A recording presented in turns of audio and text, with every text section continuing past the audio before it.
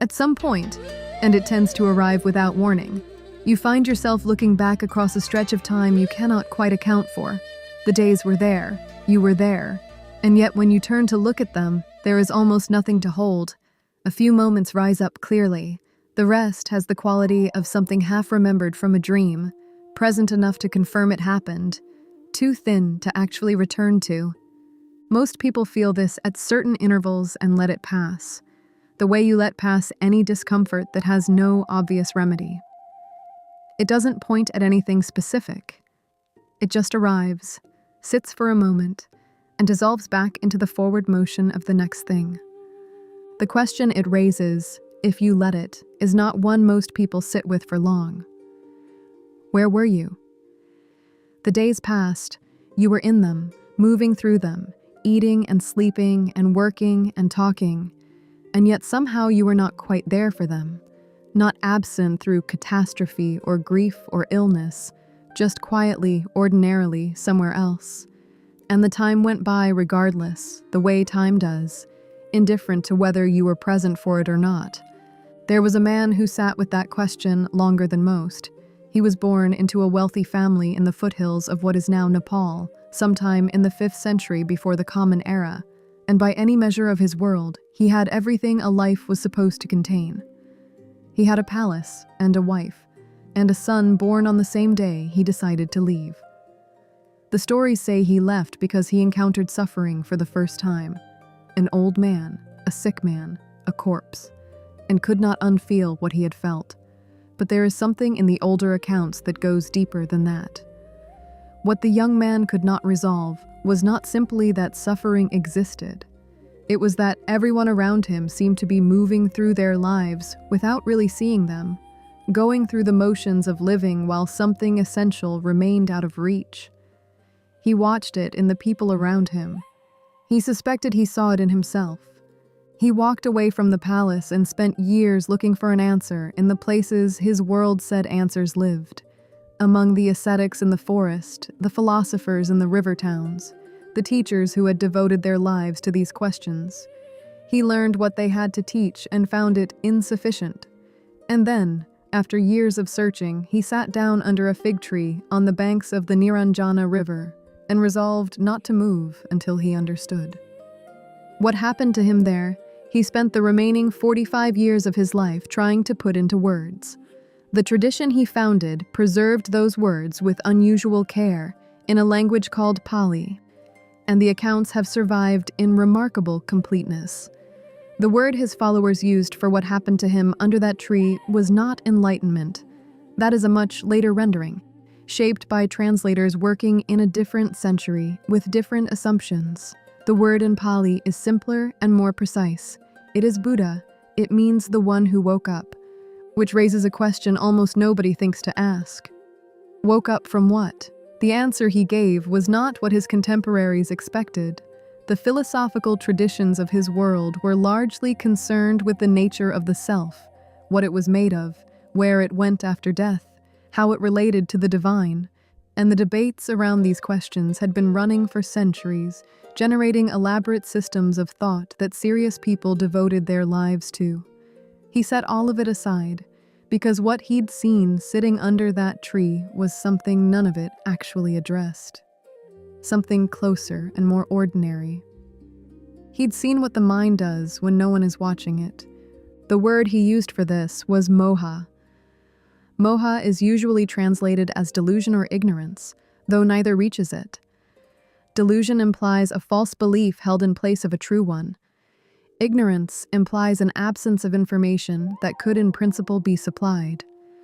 Moha is the condition of a mind moving through experience without making genuine contact with it, processing the world well enough to navigate and function and respond, but never fully arriving at what's actually here. The person in moha isn't wrong about anything in particular.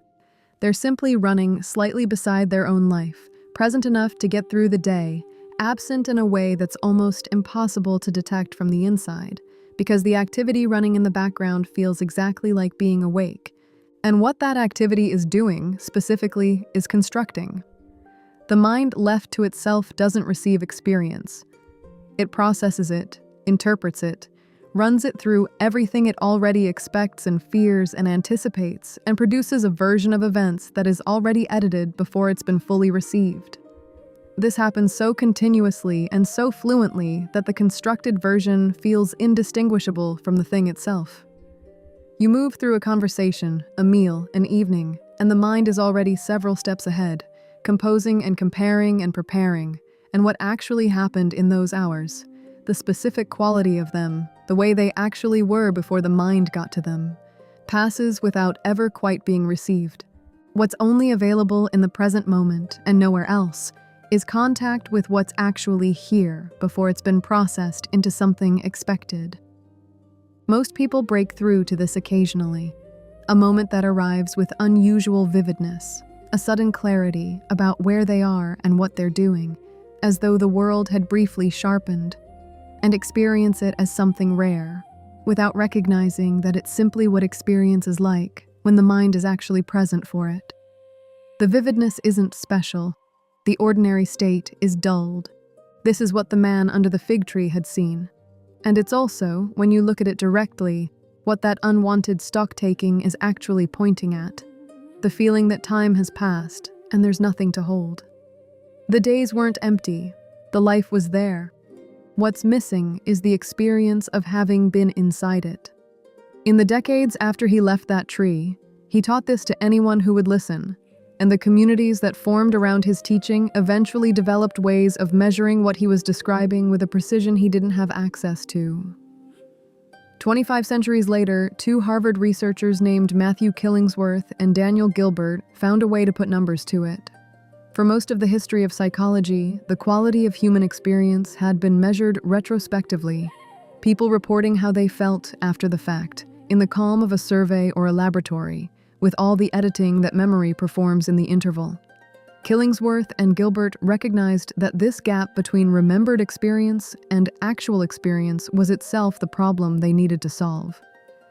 If you wanted to know what human life was actually like as it was being lived, you had to find a way to reach people inside their days, at random, before memory had time to reassemble things.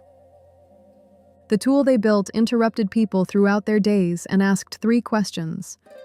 What are you doing right now? Is your mind on it? And how do you feel? Over 2,000 people across 83 countries. 250,000 moments sampled from the full range of ordinary human life. 47% of the time, the mind was somewhere other than what the person was doing. Across every activity, every demographic, every kind of day. Nearly half of every waking hour, the mind was elsewhere, constructing, reviewing, anticipating, while the actual hours passed unreceived. The finding that drew attention was that this predicted unhappiness, that people were measurably less content when their minds were wandering regardless of what they were doing. But the harder implication of the same numbers is this: if the mind is absent for nearly half of every experience, then nearly half of every experience, in any meaningful sense, wasn't had. It occurred. You were there for none of it. A life can be full on the outside, busy, connected, eventful, and still carry that quality of not quite having started. The man who sat under the fig tree spent 45 years trying to explain why. The explanation isn't that something needs to be added to a life, or that the life needs to be different in its circumstances. It's that the mind needs to be actually present for the life that's already there, and that this, for most people, is the work of a lifetime. What Buddhism offers in response is precise about what it doesn't promise. The mind will always move toward what's unresolved. The practice doesn't change that. What changes, through the repeated act of noticing that the mind has gone and returning to where you are, is how long you stay gone. The gap between leaving and coming back shortens. More of what's actually happening makes it through. And what accumulates over years of this isn't a collection of vivid moments. It's a life that, when you turn to look back at it, is actually there. The question of what a life actually amounts to tends not to arrive when things are going well. It arrives at the edges, in those unguarded moments of stock-taking that come without invitation, or much later when the years have narrowed and there's finally enough distance to see the shape of them. Palliative care workers, who have spent their careers sitting with people in their final weeks, describe a consistency that cuts across every kind of life and circumstance. The regrets that surface at the end aren't about actions taken, risks pursued, or paths not followed. They're about the years that passed while the mind was somewhere else. A life accounted for in every record, present in every room, and yet experienced, for much of its length, at one remove. The days received secondhand, processed rather than lived. The people and hours and unrepeatable moments passing through without quite landing. The man under the fig tree didn't wake up once and stay that way. The practice he taught and returned to every day for the remaining 45 years of his life was precisely that, a daily returning. The waking wasn't something he achieved and kept. It was something he did, repeatedly, with the hours he had. And the hours received, rather than processed, accumulated into something a life spent sleepwalking never quite does. A life that, when you turn to look back at it, is actually there.